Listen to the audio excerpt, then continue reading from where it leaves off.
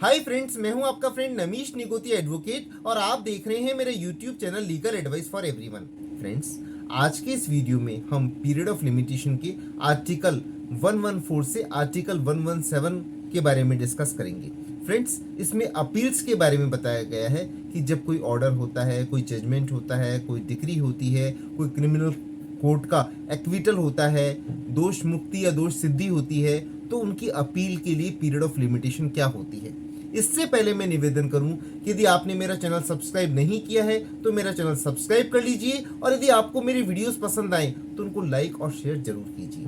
दोस्तों, ये video start करने से पहले आर्टिकल 114 से आर्टिकल 117 तक के प्रोविजंस को डिस्कस करने से पहले हम लिमिटेशन एक्ट के जनरल प्रोविजंस के बारे में स्टडी करना चाहेंगे। दोस्तों, इसे द लिमिटेशन एक्ट 1963 कहते हैं। इसमें 32 सेक्शन और 137 आर्टिकल्स हैं।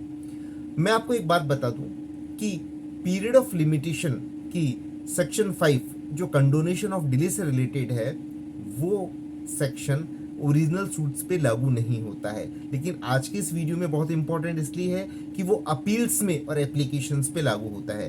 तो चूंकि आज हम अपील्स के बारे में डिस्कस करेंगे तो सेक्शन 5 ऑफ लिमिटेशन एक्ट जो कंडोनेशन ऑफ डिले से संबंधित है वो लागू होता है। इसका ये मतलब होता है कि यदि किसी पीरियड ऑफ लिमिटेशन में, जो मैं अभी आपको बताऊंगा, आप अपील फाइल नहीं कर पाते हैं तो सेक्शन 5 की एप्लीकेशन लगा के रीजनेबल कॉज बता के उस एप्लीकेशन में day to day delay explain करके आप अपील को फाइल उस एप्लीकेशन के साथ कर सकते हैं। अब महत्वपूर्ण बात क्या है कि मान लीजिए पीरियड ऑफ लिमिटेशन निकल रही है, लेकिन जो सर्टिफाइड कॉपी ऑब्टेन करने में जो टाइम कोर्ट ने लगाया है वो वेव माना जाता है, उतने दिन वेव हो जाते हैं और आपको पीरियड ऑफ लिमिटेशन में ही अपील फाइल करनी चाहिए। वरना बहुत सारे टाइम ऐसा होता है कि आप कोई जजमेंट हो जाता है, डिक्री हो जाती है, एक्विटल हो जाता है, कन्विक्शन हो जाता है और आप प्रोसीजरल पार्ट पर डिले कर देते हैं। आप समय पर वकील साहब को कागज उपलब्ध नहीं करा पाते हैं और इस कारण से वकील साहब समय पर अपील को पेश नहीं कर पाते हैं और अंत में क्लाइंट को इसका भुगतान करना पड़ता है,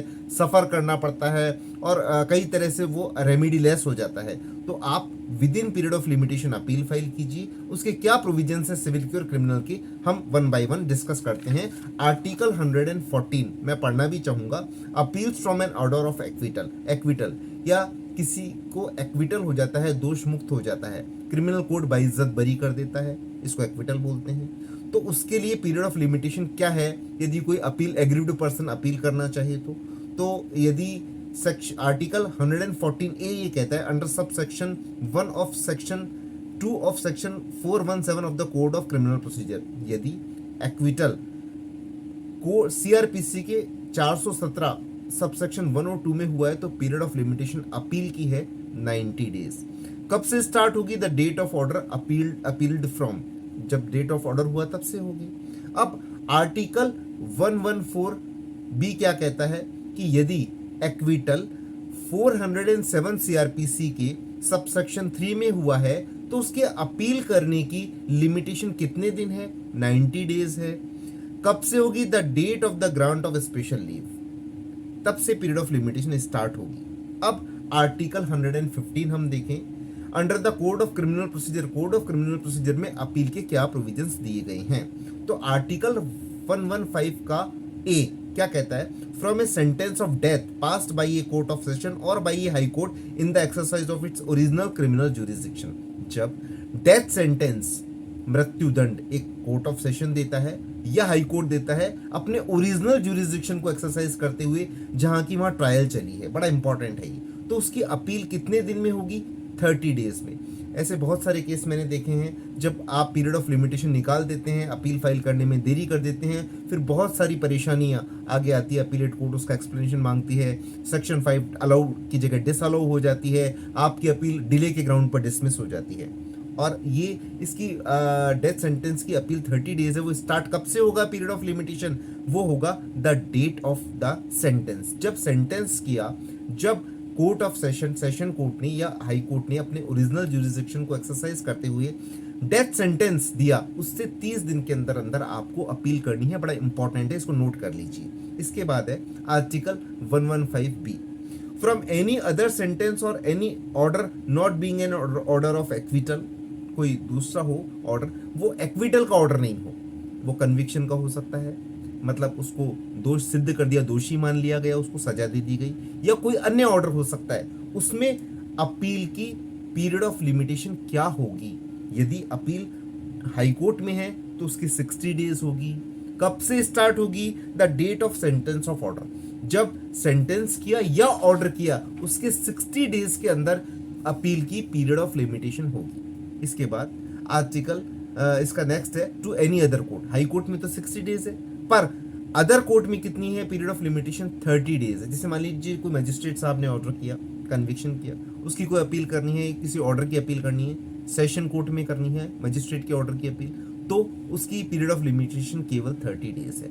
अब हम क्रिमिनल की तरह ही हम सिविल कोर्ट में अपील्स की पीरियड ऑफ लिमिटेशन की स्टडी करते हैं। जैसे मान लीजिए सिविल कोर्ट कोई जजमेंट और डिक्री देते हैं। एक बात आप याद रखिए, अपील्स डिक्री की होती है, जजमेंट की नहीं होती है। जजमेंट्स के कंटेंट्स उसमें डिस्कस होते हैं, पर डिक्री अपीलेबल होती है। इसमें बड़ा कंफ्यूजन है, तो आप इस पॉइंट को जरूर नोट कीजिए।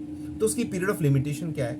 आर्टिकल 116 ये कहता है under the code of civil procedure appeals, article 116 का ए कहता है to a high court from any decree और ऑर्डर। हाई कोर्ट में कोई सी भी डिक्री हो और ऑर्डर हो, उसके अपील की period of limitation civil case में 90 डेज होगी। बड़ा इंपॉर्टेंट है, नोट कीजिए। बहुत सारे बार क्या होता है, आप वकील साहब से जजमेंट की और डिक्री की कॉपी नहीं लेके आ पाते हैं, डिक्री बनने में भी समय लग जाता है, और क्लाइंट जो है वो रेगुलरिटी मेंटेन नहीं कर पाता है, फिर वो अपने हाई कोर्ट के वकील साहब के पास नहीं जा पाता है, और इस तरह से मैंने देखा है कि पीरियड ऑफ लिमिटेशन निकल जाती है। या सबऑर्डिनेट कोर्ट्स के एडवोकेट साहब जो हैं, चूंकि वो उनसे मिलता नहीं है, तो वो भी गाइड नहीं करते कि आपको इतने दिन में फाइल करनी है।